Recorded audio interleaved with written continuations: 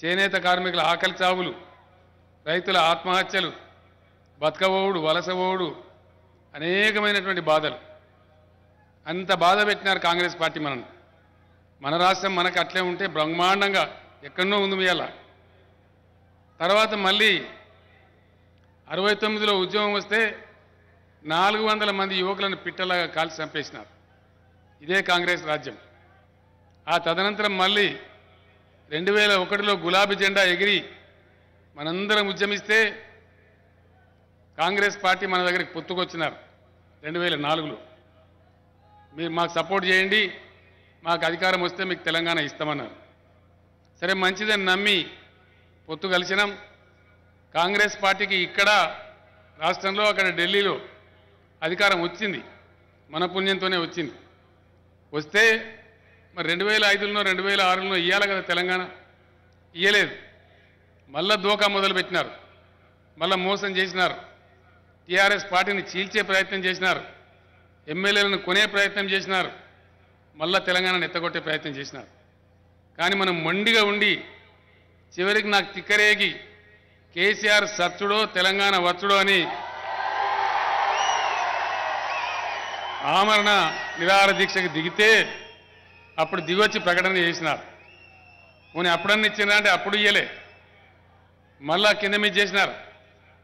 మళ్ళా కింద మీద చేస్తే ఒక ఏడాదిన్నర్థం పాటు సకల జనుల సమ్మె, దసరా పండగ, బతుకమ్మ పండగ కూడా బస్సులు బంద్ పెట్టి ఉద్యోగులందరూ బజార్ మీద పడి యావత్తు తెలంగాణ ఒక ముప్పెనలాగా లేస్తే 33 పార్టీలు దేశంలో మనకు మద్దతుగా లెటర్లు ఇస్తే ఇక దిక్కు లేదురా అని చెప్పి అప్పుడు దిగొచ్చినారు.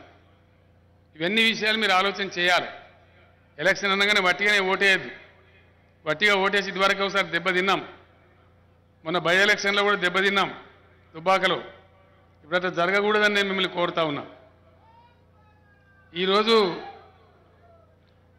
15 ఏళ్ళు పోరాటం చేసి ఆ తర్వాత 10 ఏళ్ల నుంచి బీఆర్ఎస్ గవర్నమెంట్లో ఉంది.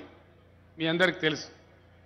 బీఆర్ఎస్ గవర్నమెంట్కి వచ్చినాడు నేనుగా నిర్ణయించకుండా జిఆర్ రెడ్డి గారు అని చెప్పి మన హుజూరాబాద్ ముద్దుబిడ్డ, మన తెలంగాణ, ఆయన ఎక్కడో బీహార్లో ఉంటే ఆయనను రప్పించి ఆర్థిక మేధావులను కూర్చోబెట్టుకొని ఈ రాష్ట్రం ఎట్లా ముందుకు పోవాలా, ఎట్లయితే బాగుపడతాం, ఏ దారి పట్టాలని చెప్పి నిర్ణయాలు తీసుకున్నాం.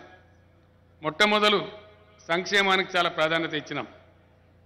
సంక్షేమంలో 2014లో ఎలక్షన్ ప్రణాళిక రాస్తా ఉన్నాం. ప్రజలకు చెప్పాలి, ప్రజల ముందు పెట్టాలి. కాబట్టి నేను అడిగిన వాళ్ళను, కాంగ్రెస్ పార్టీ 200 రూపాయలు పెన్షన్ ముఖాన కొట్టి ఇంతే అని చెప్తున్నది, అసలు గవర్నమెంట్ పెన్షన్లు ఎందుకు ఇవ్వాలి అని అడిగినాను.